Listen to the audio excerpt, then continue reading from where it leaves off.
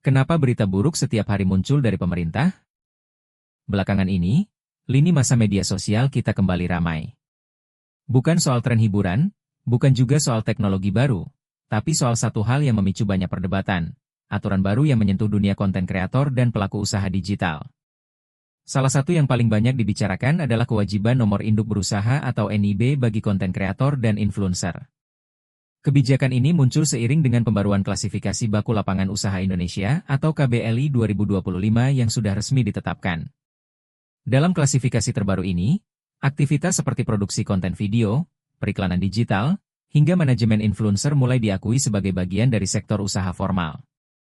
Pemerintah melalui Kementerian Perdagangan juga menegaskan bahwa NIB ini bisa dibuat secara online melalui sistem OSS dan tidak dipungut biaya.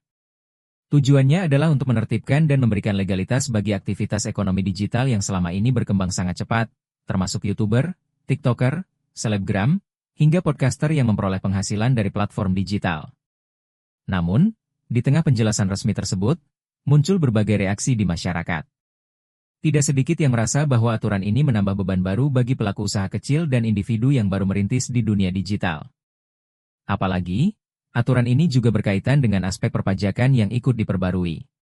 Beberapa kebijakan pajak terbaru disebut-sebut mengubah skema penghitungan penghasilan kreator, dari yang sebelumnya bisa memanfaatkan tarif tertentu, kini masuk ke dalam sistem pajak penghasilan progresif umum. Artinya, penghasilan akan dihitung berdasarkan lapisan tarif sesuai aturan pajak yang berlaku. Di sisi lain, ada juga rencana penguatan peran platform digital dan marketplace dalam sistem perpajakan, termasuk pemotongan pajak berdasarkan omset bagi penjual dengan kriteria tertentu. Jadi termasuk usaha-usaha yang dipasarkan melalui media sosial juga ya? Iya, betul sekali.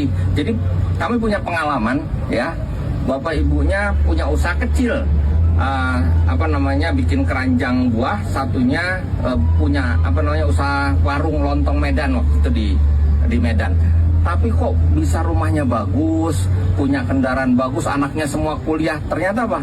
Anak-anaknya jualan melalui medsos dengan keuntungan yang besar. Jadi seperti hal ini memunculkan kekhawatiran tambahan, terutama di kalangan pelaku UMKM online yang merasa sudah dibebani berbagai potongan seperti biaya admin, iklan, dan operasional lainnya.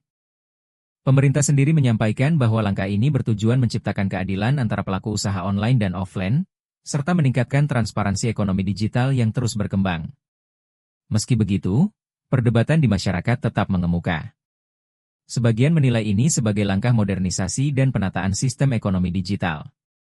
Namun sebagian lainnya menganggap perlu ada kajian lebih dalam, agar kebijakan tidak memberatkan pelaku usaha kecil yang masih berkembang. Pada akhirnya, lagi-lagi rakyat yang selalu diperas.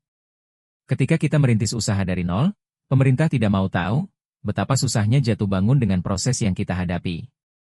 Namun ketika usaha kita sudah berjalan, tiba-tiba pemerintah datang, memalak kita lewat kebijakan mereka yang diberi nama pajak. Jelangkung saja yang datangnya diundang, pulangnya tak diantar. Mengapa pemerintah yang tidak diundang tiba-tiba datang, dan pulang membawa rampasan? Jadi, gimana menurut kalian? Lebih sopan pemerintah atau jelangkung? Dan apakah kelak, kita dijamin masuk surga lewat jalur WNI? Tulislah kata bangsat di komentar, jika kalian kecewa dengan pemerintah.